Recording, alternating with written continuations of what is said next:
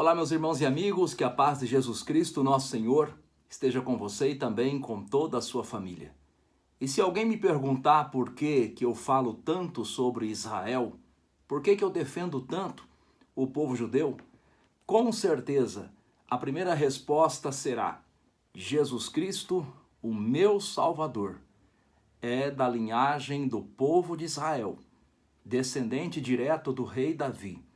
E o próprio Cristo disse em João capítulo 4, versículo de número 22, vós adorais o que não sabeis, nós adoramos o que sabemos, porque a salvação vem dos judeus. O Senhor Deus, quando ele traçou um projeto de salvação para a humanidade, ele escolheu o povo judeu, para que deste povo viesse Jesus Cristo, o nosso Senhor, o Messias, o Redentor, o Salvador de toda a humanidade. Então, pela palavra de Deus, nós entendemos que o Senhor Deus tem um projeto em especial com o povo judeu. Quando você vê o povo judeu sendo perseguido, quando você vê o povo judeu sendo ameaçado na sua existência como povo, e veja, quando eu digo isso, eu não estou aqui aprovando, apoiando os erros individuais de cada um do povo de Israel. Porque muita gente me diz assim: Rodrigo, esse povo merece sofrer porque eles negaram Jesus Cristo, eles negaram o Salvador, eles crucificaram Jesus Cristo. E aí eu inverto a defesa e digo para a pessoa o seguinte: tá, porque Jesus foi crucificado, então você acha que o povo judeu merece sofrer. Mas foi apenas, e tão somente apenas, o povo judeu que participou da crucificação de Cristo? Não tinha lá também os romanos, que hoje, se fôssemos analisar, teríamos o povo italiano. Então todos os italianos merecem sofrer, porque parte deles, no passado, soldados romanos, governos romanos, decretaram a crucificação de Cristo, executaram a crucificação de Cristo. Então todos os italianos merecem sofrer. E aí eu coloco mais uma observação, que não foi todo o povo judeu que negou Jesus. Não tem como você fazer uma afirmação absurda desta. E a maioria das pessoas, principalmente de esquerda, fazem esta afirmação. Ora, se todo o povo judeu tivesse negado a Jesus, sequer teríamos cristianismo. Sequer teríamos Bíblia, Novo Testamento, porque o Novo Testamento é escrito por quem? Pelos discípulos de Jesus, que eram judeus. Pedro, Paulo, João, Tiago, enfim, os primeiros discípulos de Jesus. O início da história da igreja não é Roma, pelo amor de Deus, preste atenção nisso.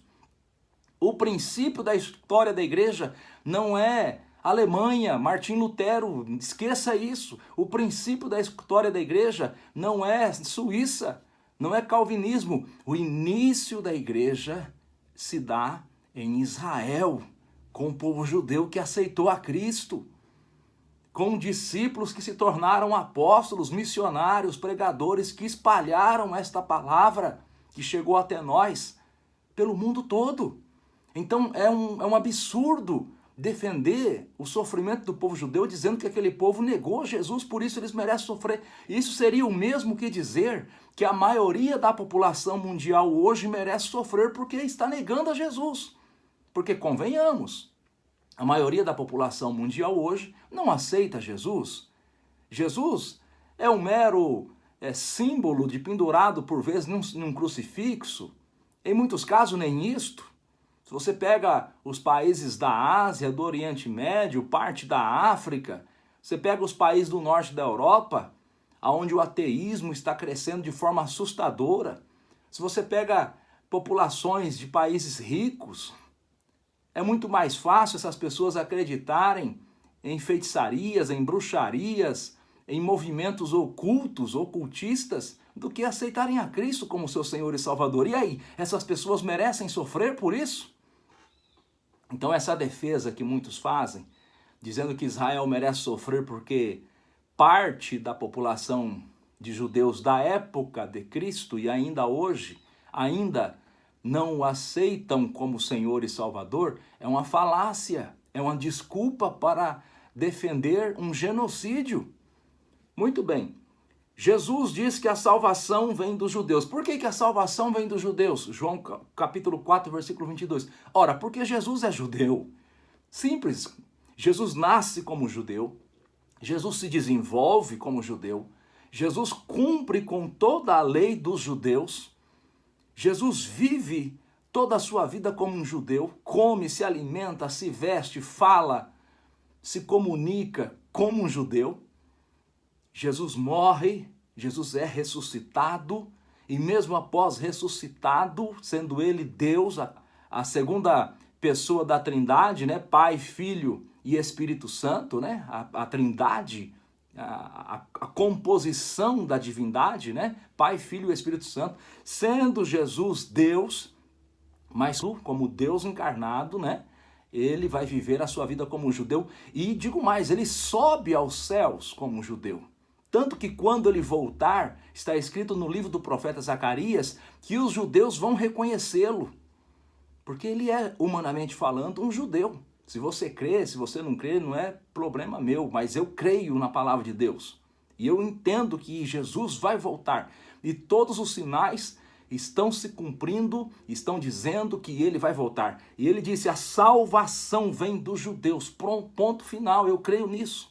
Eu creio que a redenção aconteceu na cidade de Jerusalém quando Cristo derramou seu sangue na cruz do Calvário e quando Cristo ressuscitou. Eu creio nisso. Eu creio que Deus tem um projeto para a humanidade, mas também tem um projeto em especial para o povo de Israel. É assim que a Bíblia nos mostra.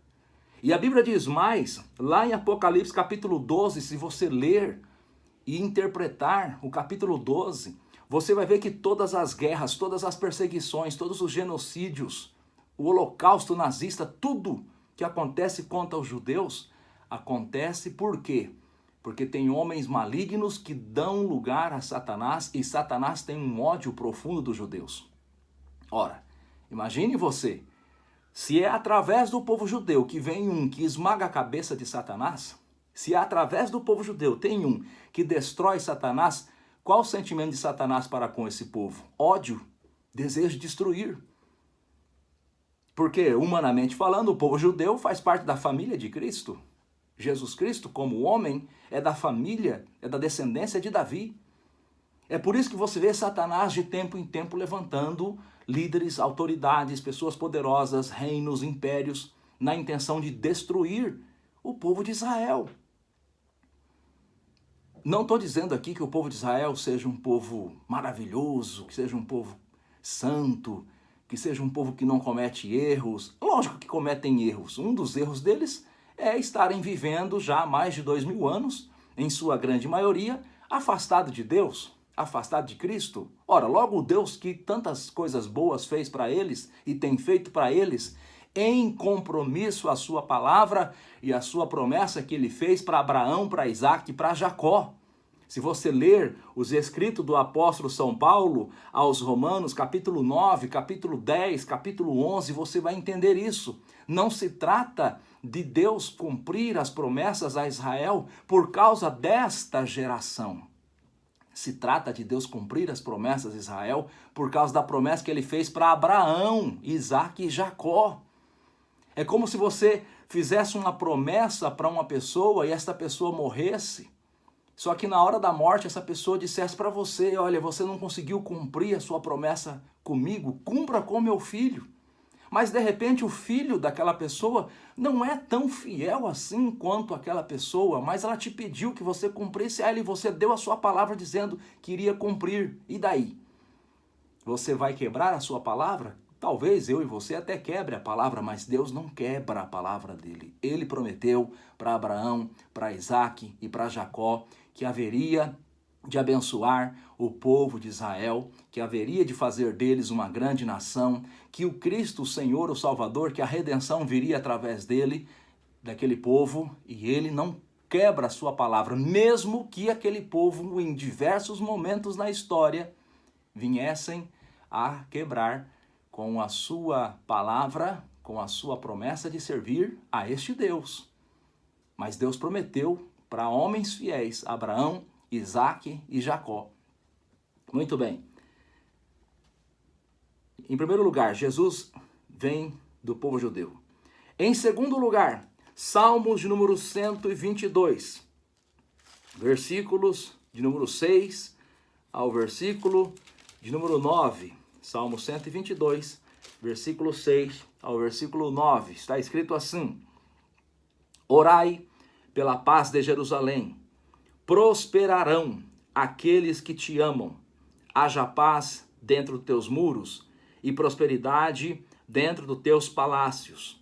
Por causa dos meus irmãos e amigos, direi: haja paz em ti. Versículo 9. Por causa da casa do Senhor, nosso Deus, buscarei o teu bem. Segundo motivo pelo qual eu sempre falo de Israel, eu sempre oro pedindo a Deus que abençoe o povo de Israel, que abençoe Jerusalém com paz, que abençoe o Oriente Médio com paz, não apenas Israel, porque a paz de Israel está diretamente ligada à paz no Oriente Médio. É um mandamento bíblico. Orai pela paz de Jerusalém. Orai pela paz de Jerusalém. Por causa de quem? Por causa do povo que ali habita. Os meus irmãos, os meus amigos. Aqui está escrito no Salmo de número 122 e versículo de número 8. E por causa de quem mais? Por causa do Senhor Deus. Por causa da sua presença, da sua promessa, dos seus projetos. Deus tem projetos com Jerusalém, Deus tem projetos com a terra de Israel, Deus tem projetos para o mundo, e Israel é uma peça fundamental nesse projeto. Quando Cristo voltar, e eu creio que ele vai voltar, se eu creio que ele veio uma vez nascido de uma virgem, por que eu não vou crer que ele vai voltar? Ora, se eu consigo crer que ele nasceu de uma virgem, alguém já viu alguém aí nascer de virgem? Se eu consigo crer nisso, por que eu vou duvidar que ele vai voltar? Então eu creio que ele vai voltar. E a oração do Pai Nosso nos ensina: venha a nós o vosso reino, seja feita a sua vontade, assim na terra como nos céus. Quando isso vai se cumprir? Quando Cristo estiver reinando no trono de Davi, seu pai, a partir de Jerusalém, e governando o mundo, haverá restauração, haverá prosperidade, haverá bênçãos para a humanidade deste período em que Cristo estiver reinando. Então, eu creio que é um dever orar pelo povo de Israel e por Jerusalém. Por que eu falo tanto também dessas guerras, né? Por que eu estou sempre ali postando sobre essas guerras, né? Porque estas guerras são sinais. Jesus falou lá em Mateus capítulo de número 24, quando ele está falando dos sinais a respeito da sua volta, ele falou que haveria guerras e rumores de guerras. Ele disse em Mateus 24, versículos 6 e 7, que se levantará nação contra nação, reino contra reino, haverá fome, peste e terremotos em vários lugares. São sinais, sinais que mostram que ele está próximo de voltar para buscar o seu povo. Então eu estou sempre postando sobre essas guerras. Não é que eu gosto de guerra. Quem é que gosta de guerra? Guerra só traz miséria, morte, maldição, sofrimento, dificuldade, miséria, pobreza. Quem é que gosta de guerra? Ninguém gosta de guerra. Mas quando eu estou noticiando a respeito das guerras, eu não estou exaltando a guerra, promovendo a guerra. Eu estou mostrando que aquilo que Cristo falou está acontecendo. E Jesus Cristo falou que a cidade de Jerusalém iria sofrer durante um bom determinado período de tempo, até que se completassem o tempo dos gentios. Lucas capítulo 21, versículo 24. e cairão ao fio da espada, e para todas as nações serão levados cativos, e Jerusalém será pisada pelos gentios, até que o tempo dos gentios se completem. Quando é que eles foram espalhados entre as nações? No ano 70, quando o templo foi invadido, destruído pelos romanos, milhares e milhares de pessoas foram mortas, e o povo de Israel foi esparramado pelas nações. Aí acontece uma série de coisas, perseguições nas nações onde o povo de Israel estava, sofrimento, restrições, guetos, campos de concentração. Chegamos até 1939, 1945, período em que está acontecendo a Segunda Guerra Mundial. Existe um plano de Hitler, dos alemães, do regime nazista, de exterminar todos os judeus da Europa e depois do mundo, né? Porque se eles tivessem conquistado a Europa, provavelmente eles iriam conquistar o mundo depois.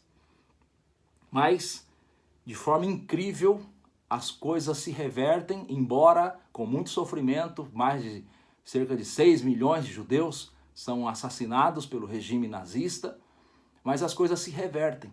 Aquilo que era para ser a destruição do povo judeu criou uma comoção nas nações, principalmente Estados Unidos e países europeus, e estes países, então, reunidos naquilo que seria a ONU dos nossos dias, deram o reconhecimento do direito do povo judeu voltar a ter uma pátria, um local para chamar de seu, na terra de Israel. Foi feita ali uma divisão entre o povo judeu, o povo palestino, o povo da Jordânia, enfim. Não vou entrar aqui na esfera política da coisa, mas aquele povo que ficou mais de 1.800 anos, preste atenção nisso, mais de 1.800 anos sem ter uma pátria para chamar de sua, sem ter uma terra para chamar de sua, sem ter um lar, espalhado pelas nações, sofrendo perseguição, sofrendo genocídios, aquele povo volta a ter um país. Isso vai acontecer ali em 1947, 1948, em 14 de maio de 1948 é ali feito a declaração da independência, a criação do Estado de Israel. E aí, de 48 para cá, né, Israel vem se fortalecendo, hoje é uma das nações mais poderosas do mundo. Todavia, Jerusalém ainda não é 100% dominada pelos judeus. Por quê? Porque tem áreas dentro de Jerusalém que os judeus não dominam 100%. É um governo compartilhado com Jordânia. Por exemplo, aqueles montes ali onde ficam as mesquitas, aonde era antigamente, nos tempos bíblicos, o local onde ficava o templo de adoração do povo judeu, tanto da época de Davi e Salomão, né, na verdade, até o período ali de Cristo e pós o período de Cristo até o ano 70, quando é feita então a destruição total daquele templo na invasão que foi acontecida por parte do Império Romano. Então veja, Jerusalém continua sendo pisada.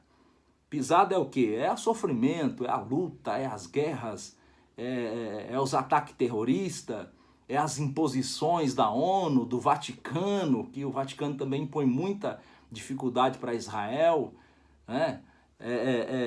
É os próprios povos, né, ali de religião islâmica, que por vezes traz dificuldade também. Então Jerusalém continua sendo pisada. Até quando? Aí tem a pergunta, até quando? Até que o tempo dos gentios se completem. O que é o tempo dos gentios? É o tempo em que nós, todas as nações que não somos Israel, nós que não somos da linhagem do povo de Israel, nós somos chamados na Bíblia de gentios, é o tempo que nós temos para ouvir o Evangelho e para pregar o Evangelho. Chegará o tempo que isso vai terminar ou vai diminuir drasticamente. Quando será isso? No arrebatamento da igreja. Depois a atenção de Deus, depois do arrebatamento da igreja, a atenção de Deus no que diz respeito à salvação e redenção se volta novamente para Israel. Através de quem? Através das 144 testemunhas, através daqueles 2 homens que serão grandemente usados por Deus em Israel para pregar o evangelho do reino, para fazer maravilhas, para fazer sinais, né? Que é na Bíblia chamado de duas testemunhas.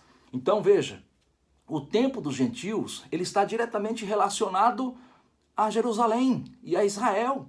Conforme os judeus vão reconquistando o poder sobre o território, significa o quê? Que esse tempo está acabando. Então você observa que de 1948 para cá, o relógio está correndo de forma acelerada, porque cada vez mais o povo judeu, através dos seus serviços militares, né, das suas forças de defesa, do seu governo, cada vez mais eles estão tendo mais poder sobre aquele território. E não adianta os árabes espernear, não adianta o mundo reclamar, o pessoal da esquerda, China, Rússia, Lula, não adianta reclamar. Isso são profecias bíblicas e estão se cumprindo. Estão se cumprindo. Então observe, por que eu falo tanto das guerras que envolvem Israel? Porque essas guerras são para nós como que um alerta, uma advertência. Olha, o tempo de vocês está acabando. Lucas capítulo 21, versículo 29 até o versículo 31, diz que nós devemos olhar para todas as árvores, mas também devemos olhar para a figueira, porque quando já começam a brotar, nós devemos saber que perto está o verão. Assim também, vós, quando virdes acontecer estas coisas, sabei que o reino de Deus está perto. Aqui é uma parábola, é uma metáfora, né? Uma figura de linguagem. Deus está dizendo que nós devemos olhar para todas as árvores. Quem são todas as árvores? São todas as nações que estão aí borbulhando uma contra a outra, guerreando uma contra a outra, ameaças uma contra a outra. Hoje o mundo está dividido entre bloco que apoia os Estados Unidos e o bloco que apoia a China e a Rússia. Todas as nações. Mas a Bíblia diz, olhai também para a figueira. Quem é a figueira? A figueira é Israel. Dentro do contexto bíblico, a figueira é Israel. Então nós devemos sim olhar para aquilo que está acontecendo em Israel. Devemos sim olhar para aquilo que está acontecendo com o povo judeu e contra o povo judeu. E nós devemos não endeusar esse povo, porque eles não são deuses. Só existe um Deus e somente Deus é santo. Nós sabemos sim que existe muita coisa errada em Israel. Sabemos também que em guerras acontecem coisas erradas. Dos ambos lados, né? Tanto tem coisa errada de Israel para com os palestinos, para com os povos árabes, para com, às vezes, o regime iraniano, como tem coisas erradas desse povo também para com Israel. Não é endeusar Israel, mas é olhar com um olhar bíblico, embora esse povo cometa coisas erradas, porque qualquer povo comete, existe uma promessa de Deus para esse povo e de forma incrível essa promessa está acontecendo. Qual povo você conhece na história que ficou mais de 1800 anos sem pátria, sem terra, e depois de mais de 1800 anos voltou a ter uma pátria, isso depois de um genocídio, voltou a ter uma pátria, e em menos de 80, 100 anos se tornou um dos povos mais poderosos do mundo, sendo um povo minúsculo em quantidade de população. Porque uma coisa é você ser poderoso sendo uma Índia, uma China, um Estados Unidos, uma Alemanha, uma Rússia, um Brasil, mas outra coisa é você ser poderoso sendo um país do tamanho do estado de Sergipe. Você está entendendo? Será que as pessoas não conseguem ver que existe algo sobrenatural por trás disso tudo? Então, eis aqui alguns motivos, né, pelo qual eu tanto falo de Israel. Em Romanos capítulo 11, do versículo 25 até o versículo 29, o apóstolo Paulo reconhece os erros de Israel, a sua dureza de coração, mas ele diz de forma muito clara que no final dos tempos este povo será convertido a Deus. Este povo será convertido a Jesus Cristo. Haverá um derramamento do Espírito de Deus sobre esse povo e eles vão se quebrantar e irão se converter ao Evangelho de Cristo, aceitando a Jesus como seu Senhor e seu Salvador, seu Messias.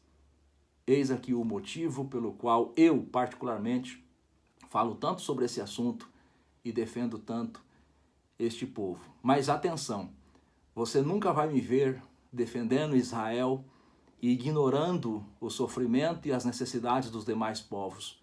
Eu sempre oro para que Deus abençoe o povo do Irã, os povos árabes, lembrando sempre que o povo persa não é árabe, embora tenham a mesma religião. Eu sempre oro pelo povo do Irã, pelos povos árabes, eu sempre defendo que haja paz entre Rússia e Ucrânia, que Deus abençoe os povos da Ásia, China, Coreia do Norte, que todas as nações se convertam ao Senhor. Mas eu não posso ignorar aquilo que o meu Deus diz em sua santa palavra. Deus abençoe a sua vida e também a sua família.